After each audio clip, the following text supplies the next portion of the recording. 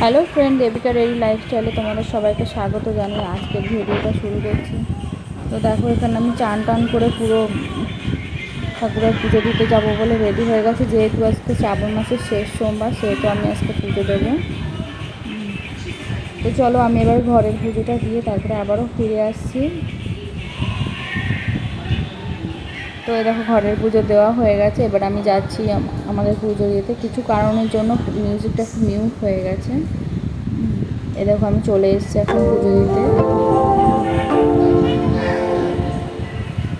এই যে বাবার মাথায় জল দিচ্ছি।